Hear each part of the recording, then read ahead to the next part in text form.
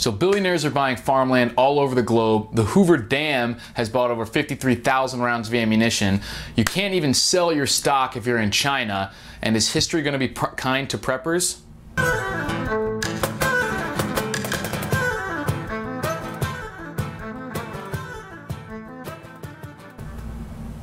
How you doing, guys? This is Eric from RuleTheWasteland.com. So billionaires are buying farmland all around the world, particularly in Australia. There's a recent article about several high-profile people who have bought large tracts of agricultural land in Australia. And we know people like Jim Richards, who's a well-known billionaire, have been talking about buying agriculture as an asset for the future. He specifically said in a lot of his interviews, buy a farm, because that's what's going to be valuable in the future. In probably the near future is people who have real assets and things that people can buy, not just financial instruments that have no real connection to actual wealth. People like Chris Martin says that all real wealth comes from the earth. Everything is based on first order wealth, which is physical resources and human labor. Anything else you can make off that, money, businesses, it all comes back to physical resources. And certainly the billionaires didn't get that way by not being smart with their money, so they're figuring this out as well. And it becomes a case of do what I say, not what I do. They're going out and they're buying real assets, and that's something that all of us need to think about too when it comes to what do we want to do with our financial resources.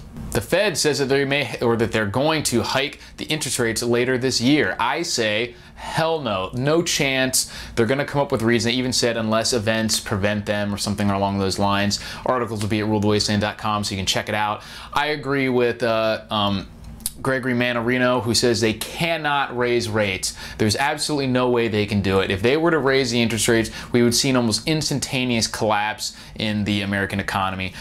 You can put your money on it. There's no way they're raising interest rates this year. So the Bureau of Reclamation, the government institution, it's not a law enforcement institution that runs the Hoover Dam. It is responsible for security operations there, as far as it appears. They are bought over 50,000 rounds of hollow point and shotgun slug ammunition. This can just add to the list of all these non-law enforcement agencies, like even the IRS, I believe, was one, and all sorts of just different agents and agencies of the government that have been buying large quantities of ammunition over the year. And we all certainly know about the DHS purchases of ammo, which actually is not as extreme as the myths out there. There's an article on Breitbart that went into the actual details of the DHS ammo purchases, but it's still very disconcerting for two reasons to see all these. One, it's crazy to think of that these agencies have armed people out there all the time. What the hell do they need all this ammunition for? And secondly, it's absolutely shocking to see how many different federal agencies there are and all the different things that they do. There's just so much fracturing and decentralization that I'm not a big fan of centralizing power, but if you're going to have government agencies that do law enforcement activities, you don't need 100 of them. You have agents from the already existing law enforcement agencies be stationed at these locations, and that's just one of the reasons why there's so much waste in government is just so discombobulated, but that's beside the issue. So they're stocking up on ammunition just like everyone else, and they wouldn't give specifics when asked by the news agencies about their operations because they said they didn't want people to know because they're worried for security reasons. But based on earlier investigations and reports, it appears that they have about 21 officers at the Hoover Dam and nearby facilities that they operate. So 52,000 rounds for 21 officers is quite a bit. Are they expecting something? Who knows?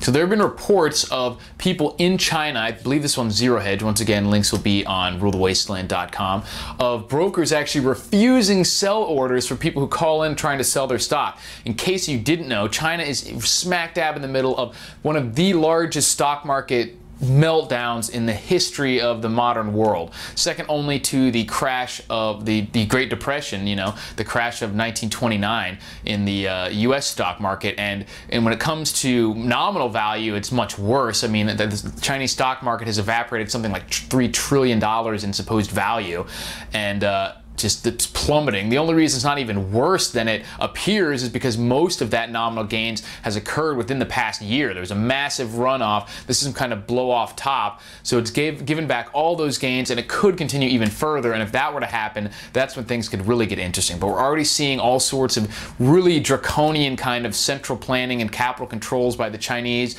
including their just vilifying short sellers, saying evil short sellers are contributing to this. Things like this, like brokers actually blocking sell orders, and it's still continuing to melt down. This is not the way to inspire people to get back into the markets, but there's so much fiddling and in just messing around from the Chinese government in all aspects of their economy and their government and just their culture that they're not going to be able to shy away from that, and we're definitely going to see some interesting stuff over there. I'm waiting to see if this is maybe going to impact their supposed push to get the yuan into the SDR currency basket later this year around October, when they're supposedly going to tell how many ounces of gold they have, or that was rumored that they may do that in a bid to get into the SDR. No word on if this is going to affect that attempt, so we'll have to see what happens. So Zero Hedge had an article recently about preppers and how preparedness and preparing is or looks from a historic timeline, and just looking back at all the things that happened, and basically how history is a lot kinder to preppers than everyone else is, thinking that they're crazy and everything, and that history and historic events have always sort of vindicated people who are into preparedness. This isn't necessarily to say that any sort of crazy doomsday prepping thing you can do is always a good idea, but always some level of preparedness is important. And when you look on a historic timeline, it's you see a lot of different events that could be called shit hit the fan scenarios. Even if they're not insane, we get in sort of a normalcy bias where it feels like nothing has ever happened and nothing will ever happen. But even when you look at the United States timeline of market crashes, civil unrest, large natural disasters, there's quite a few over the span of a human life. And it definitely is worth preparing for. So it's an interesting article. Check that out. Links are on worldwasteland.com. So that's just some things that are happening around the world in the past few days, past week or so. If you guys are interested in more news type stuff like this, I'm thinking about making this a regular occurrence where I just highlight some of the stories that are in the news related to economics, preparedness, all that sort of thing. There's so much going on now that it's not hard to find interesting and even crazy headlines pretty much every day. So stay tuned, and I'll put more here and on rulthewasteland.com. And thanks for watching. I'll talk to you guys later.